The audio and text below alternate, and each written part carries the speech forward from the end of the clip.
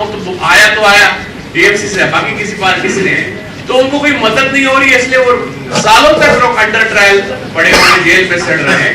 एक बात, उनके लिए कोई मदद होने वाली है या नहीं, यानी ऐसा कुछ एक प्लान पॉलिटिकल पार्टीज का होना चाहिए या नहीं। आप आगे बढ़ेगी, आप कहेगी तो फिर लोग लड़ने के लिए तैयार हो जाएंगे जब उनको ये लीगल एड मिलेगी, मदद मिलेगी, एक बात। और दूसरी बात, ये एक फैसिज्म है आरएसएस बीजेपी का, जो एक मुसोलिनी और हिटलर की तरह था, जिसमें स्टालिन, रूजवेल्ट, चर्चिल साथ आए, तो एक विपरीत आइडियोलॉजी के लोग भी एक साथ आए और उनको परास्त किया।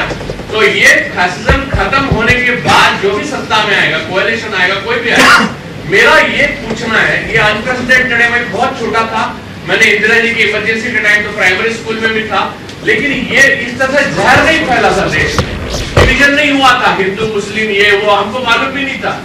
तो ये जो हुआ है उसके बाद, ये सत्ता से जाने के बाद इनका न्यूरेमबर्ग लाइक ट्रायल होगा या नहीं होगा? ये जो अधिकारी है, जो संवैधानिक पदों पर बैठकर असंवैधानिक और इलीगल काम कर रहे हैं, चाहे ईडी में हो, चाहे एनसीबी में हो, चाहे आईटी में हो, और वो फिर जाके वो फिर एमपी बन रहे हैं या राज्यसभा में सेक्रेटरी बन रहे हैं, जो भी बन रहे हैं, क्या इनकी कोई ट्रायल होगी कि नहीं होगी? ये अगर आप पहले अगर ये आश्वासन दे दे तो लोगों को भरोसा मिल जाएगा, और इन अधिकारियों के और जो अनकॉन्स्टिट्यूशनल इलीगल काम कर रहे हैं उनके मन में डर बैठ जाएगा। ये दो जो मेरे सवाल है वो एक दूसरे से जुड़े हुए हैं, प्लीज आप इसका जवाब दीजिए। धन्यवाद। देखिए, कभी कभी दिल में कुछ बोलने चाहते हैं, लेकिन सब कुछ हम बाहर में नहीं कह सकते, कि वो हमारा जो अपोजिशन है स्ट्रेटेजी बना लेंगे, हम स्ट्रेटेजी बनाने का मौका नहीं देंगे। जब चुनाव होगा, कॉमन मिनिमम प्रोग्राम जब होगा, ये सब कॉमन मिनिमम प्रोग्राम के लिए रखेंगे। और दूसरी बात यह है कि आप लोगों ने, जैसा आज हम इधर में सिविक सोसाइटी का मीटिंग कर रहे हैं, अगर जावेद अख्तर जी, महेश जी, मेमन जी, पवन जी, आप लोग सब मिलके यही सिविक सोसाइटी का मीटिंग हर स्टेट में करो और हर सबको इकट्ठा कर दो, तो ये लोग डर जाएंगे। और ये बात भी है कि हम सोचते हैं, मैंने बहुत दिन कांग्रेस को बोला, सुना नहीं है, मैं बोला देखो एक एक्सपर्ट टीम होना चाहिए, मीन्स एक एडवाइजरी काउंसिल और समथिंग जो हमको एडवाइस करे। जैसे बहुत सारे लोग हैं, हमने कहा था कुरैशी इलेक्शन कमीशन का चेयरमैन थे, ऐसा गोपाल गांधी है, ऐसा आप लोगों ने है, ऐसे जावेद अख्तर जी है, मेमन जी है, पवन जी, कितना लोग है, कुलकर्णी जी है, बहुत सारे लोग काम किया, कितना एडिटर्स है।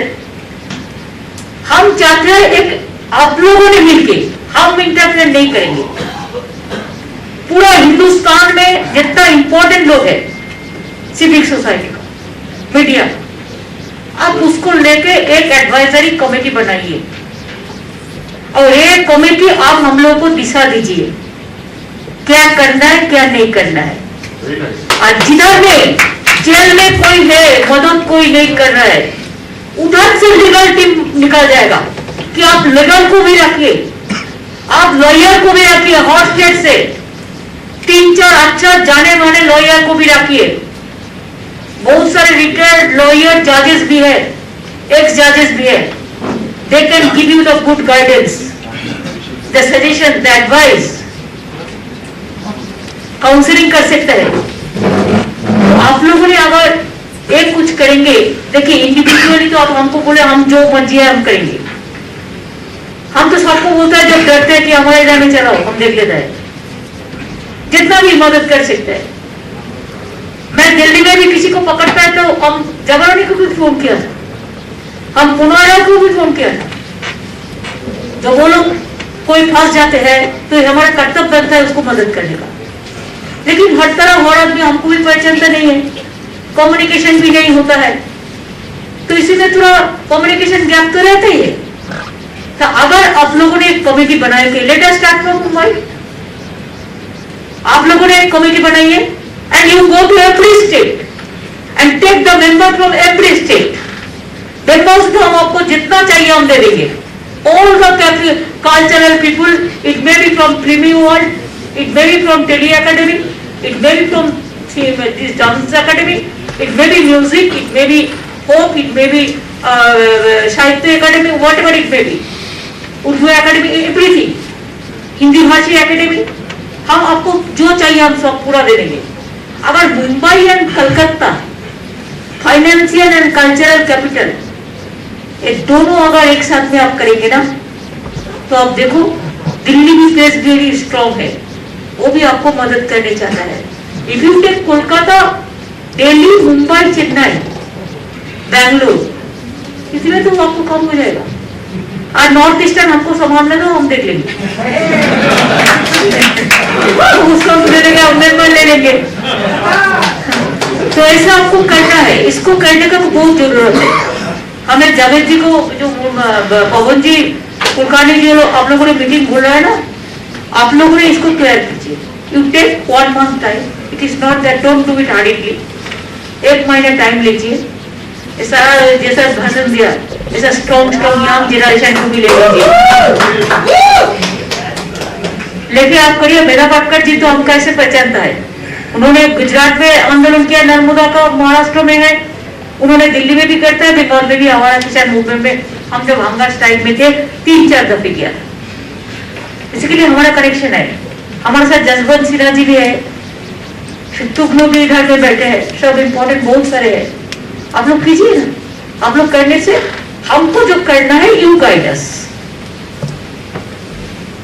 पूरा हम नहीं कर सकता है, लेकिन 99% आई ट्राई माय बेस्ट।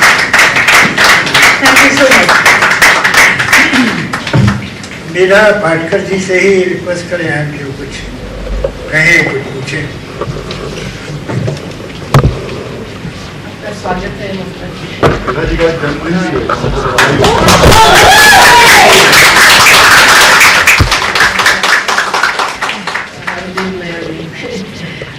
आपको तो हमने देखा है, आप भी आंदोलनजीवी ही है एक प्रकार से।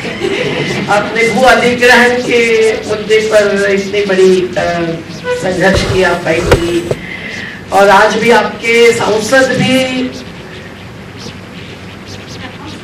संसद के अंदर लड़ाई कर रहे हैं।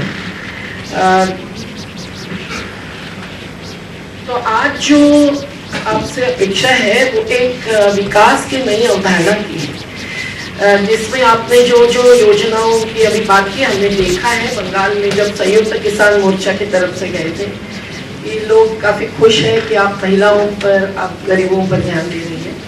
और आज लेकिन जो बुनियादी परिवर्तन कर रहे हैं, जैसे सार्वजनिक उद्योगों को बेचना, जो लड़ाई आपने बंगाल में लड़ी थी, हम जुड़े हुए थे उससे, वो भी एक प्रकार के कॉर्पोरेटाइजेशन के खिलाफ थी, क्योंकि कंपनियों का हमला खेती पर ही नहीं, पूरे जीविका पर, जीवन पर। तो आज आपको क्या लगता है कि